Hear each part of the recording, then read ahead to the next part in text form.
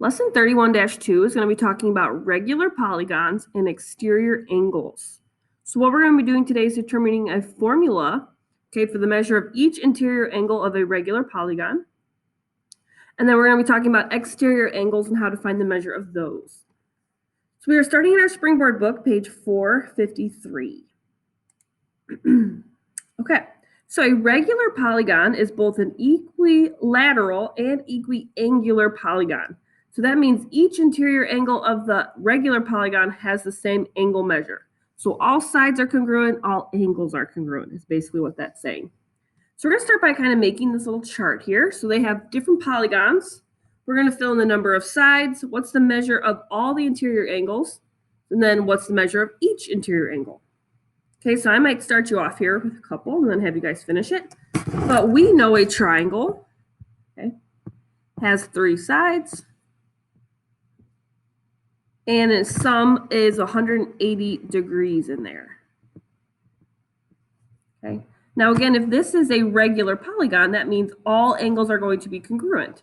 So if it's 180 degrees and there's 3 sides, meaning 3 angles, that makes each angle 60 degrees. Okay. Same thing if I look at a quadrilateral. Quad means 4 sides. We're familiar with those. And we learned in our quadrilateral unit that a quadrilateral had 360 degrees total, making each angle 90 degrees. Okay, that would be like a square. Okay, if all sides are the same and all angles are the same, they would have 90 degrees. So fill in the rest of this chart and then maybe kind of try to figure out if you can figure out the pattern here.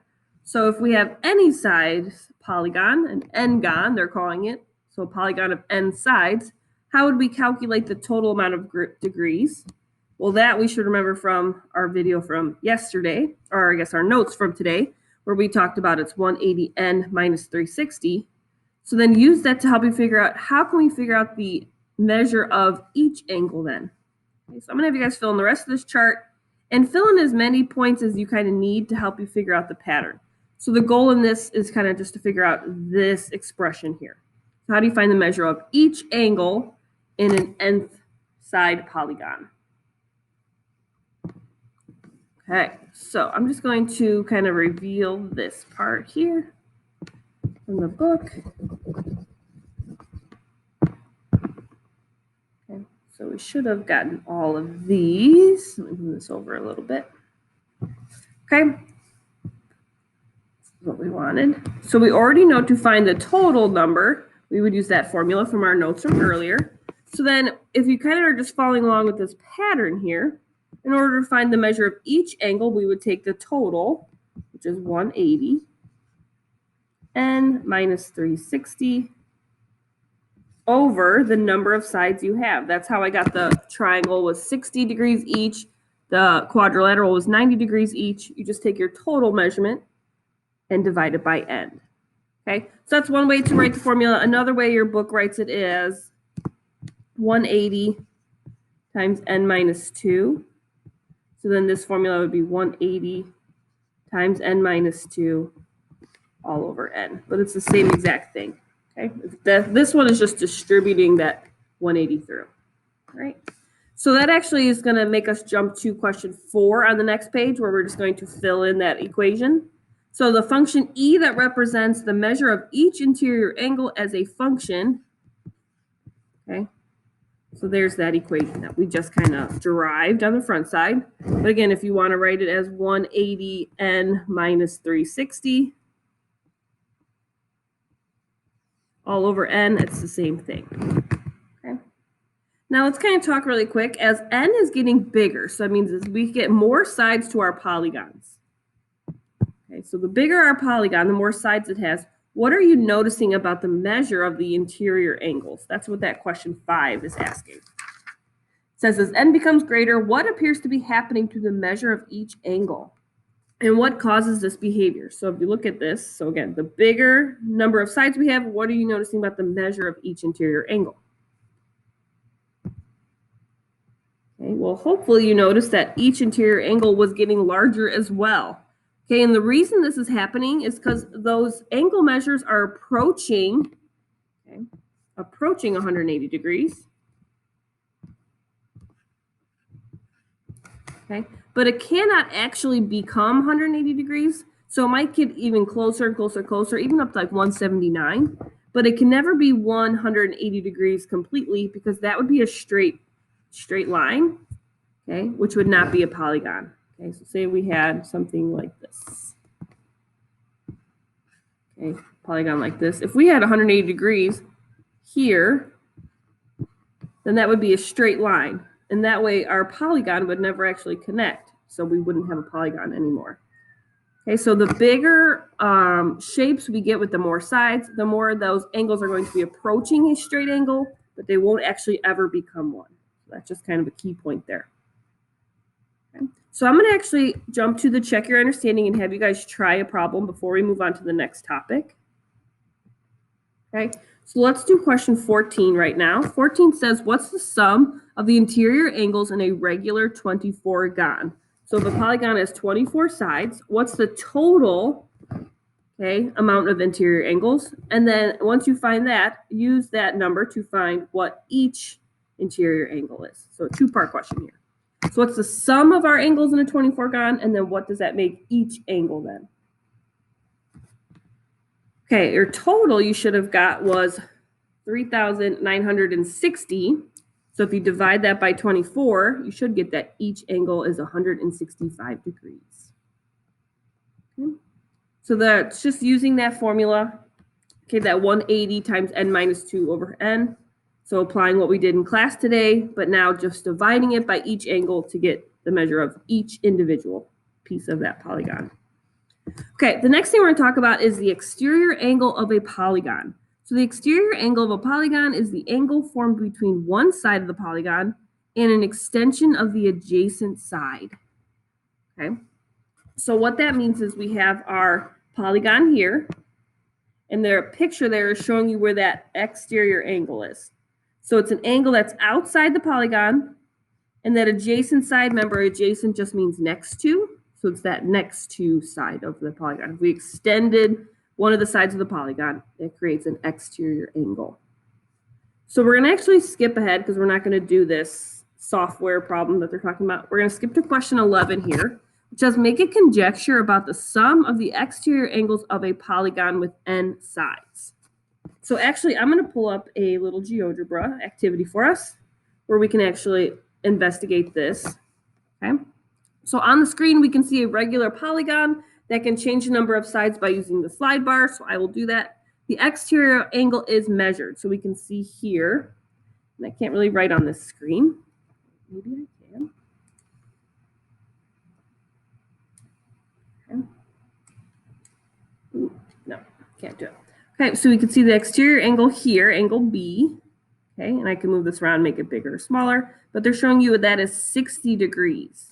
So I want us to make a conjecture, okay, about what we have is our exterior angle, angle 60, and the number of sides we have.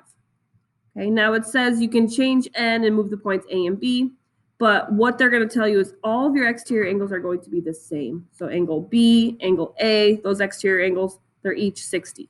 And if we had an exterior angle by F, it'd be the same. So if we know that this angle and all exterior angles are 60 for this six-sided polygon, what conjecture can you make about the sum of the interior angles? Okay. And maybe I'll even change this to maybe something here, maybe this. Okay, so if we have a 9-sided polygon, maybe I'll make this smaller so we could see it all. Its exterior angles are going to be 40 degrees, and again, they're all going to be congruent. So if we have 40 degrees and 9 sides, what conjecture can you make about that? Or maybe if I make it even like this, the 10-sided figure, your exterior angle is 36. Can you make any conjectures about that? Okay. Well, hopefully the sum of your exterior angles you should have been noticing is going to sum to 360 degrees. So in a regular polygon, you're going to have all your sides the same. Any exterior angle you form, it's going to be the same exterior angle all around the polygon. If you add those all together, it will always equal 360. Okay. So now we're going to talk about predicting the sum of the measure of the interior angle of the polygon and one of its exterior angles. So if I go back to our picture here, they're talking about this here. Let me draw this. They're talking about your exterior angle and the interior angle that it's with. What prediction can we make about that? So you might be able to tell from this picture, or I have another kind of GeoGebra one we can look at. Let this load. Okay, so there's lots of different polygons here, different sides, but I just want you to focus on one shape. It doesn't matter which one, but look at the exterior angle and the interior angle that it's next to. So let's say this angle 116 compared to this angle 64. Now I can even move this around. Okay. Or you can even look at any of these ones. Now it's being a pain for me. Maybe look here at this red picture at this angle 80 degrees and 100 degrees. But what pattern are you noticing about the exterior angle and the interior angle that it's next to? Okay, well, hopefully you notice that anytime you had an exterior angle and it next to an interior angle, it formed a straight line. So when that forms a straight line, that means that those angles should be supplementary, okay, and be 180. So remember, the sum of all exterior angles is 360. The sum of the interior angle and the exterior angle it's next to would be 180. Those are kind of our other two little things we need to know about these polygons. Okay, so let's apply that with some practice problems. The last two problems in your check your understanding, 16 and 17. So let's start with 16. Okay, a convex polygon. Oh, I forgot to go over what a convex polygon is on the front. Okay, the definition is here, but a convex polygon is a polygon that has no interior angles greater than 180. So I do have a picture of that here. Okay, so all the interior angles are smaller than 180. That would be what we would call a convex polygon. Okay, so when you hear that, that's what they're talking about. So it says a convex pentagon. So how many sides does a pentagon have? You're going to need that. Okay. Has exterior angles 70, 105, 28, and 32. What's the measure of the fifth exterior angle? So that means the pentagon has 5 angles. So 4 of those exterior angles are listed. Use that in the information we just found out about the sum of the total of exterior angles to find the 5th angle measure. So try 16, see what you get. Okay, I got 125. So basically, if you add up all of these angles, okay, 70, 105, 28, and 32, you should have gotten that that is 235. And remember, the sum of the exterior angles would be 360. So if you subtract that away, you should get your answer, 125 degrees. Okay, 17 is going to make you do a little algebra here, but it's a good question. Each exterior angle of a polygon is 24 degrees. How many sides does that polygon have? Okay. So you're going to have to use a little information here. So if you know we have, okay, an exterior angle of 24, that should help you find the interior angle, because we know how those two angles relate to each other. And then use our formula from the front page. I go back really quick. The formula from this page, okay, to help you find n, the number of sides that polygon will have. So go ahead and try this problem. So it's kind of got a combination of properties here. So try 17. Okay, if you did it correct, I got 15. It'd be a 15-sided polygon.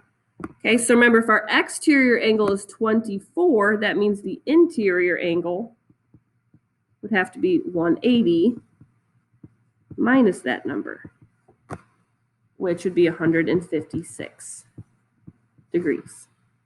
Okay, so if we know that each angle is 156, we can set that equal to our formula. So 180n minus 360 over n.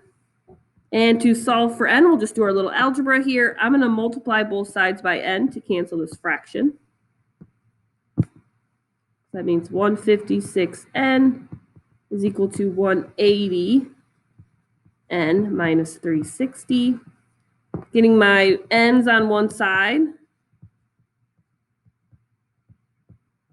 see, that gives me negative 24n equal to negative 360.